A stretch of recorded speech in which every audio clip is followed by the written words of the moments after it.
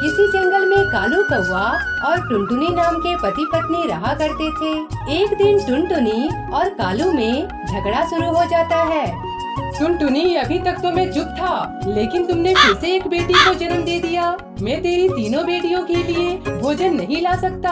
अभी के अभी निकल जा मेरे घर से और अपनी बेटियों को भी लेकर जा। कालू जी, मैं अपनी बेटियों को लेकर कहाँ जाऊंगी? ये तीनों बेटियाँ तुम्हारी ही हैं। तुम इतना कैसे बदल गए? इन मासूम चेहरों को देखकर तुम्हें तरस नहीं आता है क्या? हाँ, नहीं आता। तू अपनी तीनों बेटियों को लेकर निकल जा। मैं इनकी शक्ल भी नहीं देखना चाहता। ठीक है, अगर तुम्हारी खुशी इसी में है तो मैं अपनी बेटियों को लेकर जा रही हूँ। टुनटुनी एक पेड़ पर घोंसला बनाकर रहने लगती है और मेहनत मजदूरी करके अपनी बेटियों का पालन पोषण करने लगती है। एक दिन, मम्मा, बहुत जोरों की भूख लगी है, कुछ खाने को दे दो। अच्छा बेटा, तुम तीनों बहनें यहीं बैठ जाओ, मैं तुम तीनों को खाना देती हूँ। टुनटुनी अपनी तीनों बेटियों को खाना खाने के लिए देती है। मम्मा, आप रोज रोज सूखी रोटियाँ ही देती हो, मुझे नहीं खाना ये सूखी रोटियाँ। खा ले बेटा, मैं कल रोटी के साथ दाल भी बना दूंगी। अगले दिन टुनटुनी चिड़िया अपने मालिक जिगरबाज से बोलती है, मालिक, क्या आप मुझे 100 रुपए एडवांस दे सकते हैं? क्यों? एडवांस क्यों चाहिए तुम्हें? मालिक, मैं रोज अपनी बेटियों को सूखी रोटियां खिलाती हूँ। आज सोच रही थी कि काम से जाते वक्त दाल और हरी सब्जियां खरीद कर लेती जाऊँ।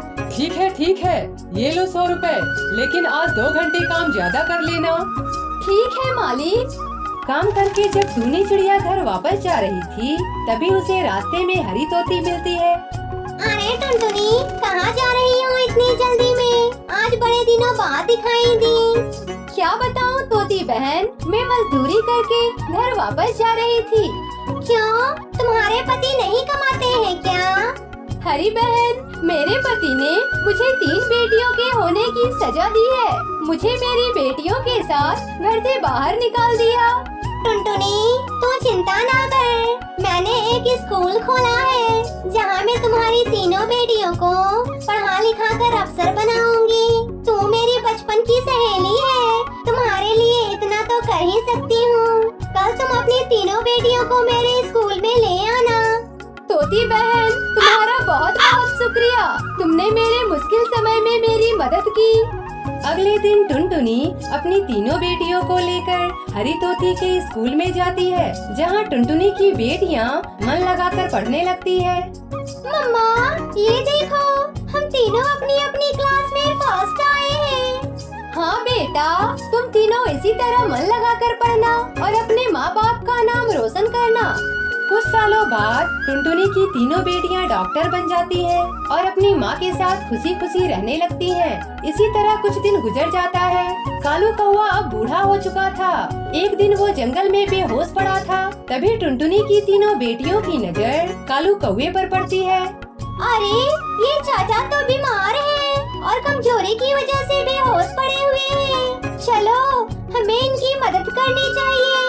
तीनों बेटियां कालू कौवे को अपने घर ले आती है। टुनटुनी चिड़िया कालू कौवे को देखते ही पहचान जाती है कि वो उसका पति कालू कौवा है।